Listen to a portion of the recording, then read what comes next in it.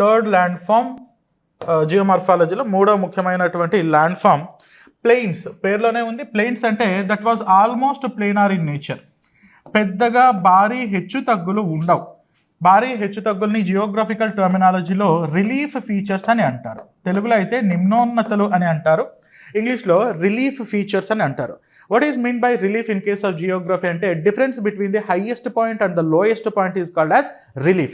Coming to understanding what exactly is the plain, that is a flat, it was a large extension and almost flat, bari parvatalu, bari mountain ranges, deep valleys ఇలాంటివి ఏమి ఉండవు అనమాట. So rolling plains, ఇది కూడా మీరు ఈ పదం గుర్తుపెట్టుకోండి. రోలింగ్ ప్లెయిన్స్ అని ఎప్పుడు అంటామంటే ఇలా కొంచెం ఎలివేషన్స్ ఇలా ఉంటే దాన్ని రోలింగ్ ప్లెయిన్స్ అని అంటాం.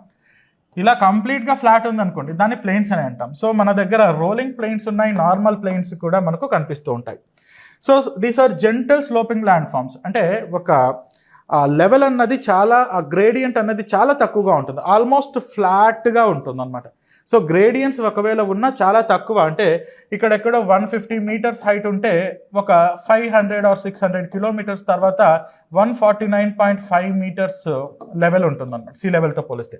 అంటే డిఫరెన్స్ చూడండి, గ్రేడియంట్స్, ఆ డిఫరెన్స్ని గ్రేడియంట్స్ అని అంటారు. గ్రేడియంట్స్ చాలా తక్కువగా ఉంటుంది దేంట్లో, ప్లెయిన్స్లో. And plains are generally fertile, అది సాధారణంగా ఫర్టైల్గా ఉంటాయి because plains are generally made up of rivers వలన ఫామ్ అవుతుంటాయి కాబట్టి చాలా సందర్భాల్లో ఇవి ఫర్టైల్గా ఉంటాయి. అంటే నాట్ నెసెసరీ ఎప్పుడు రివర్స్తోనే ఫామ్ అవుతాయి అంటే no, majority of the times rivers తీసుకొచ్చినటువంటి సెడిమెంట్స్ వలన ఫామ్ అవుతుంటాయి కాబట్టి these are sometimes more fertile comparatively. And sedimentation, అది టెక్టోనికల్ ప్రాసెస్ వలన ఫామ్ కావచ్చు, సెడిమెంటేషన్ ప్రాసెస్ వలన, ఇరోషనల్ ప్రాసెస్ వలన కూడా ప్లెయిన్స్ ఫామ్ అవ్వడానికి అవకాశం ఉంటుంది.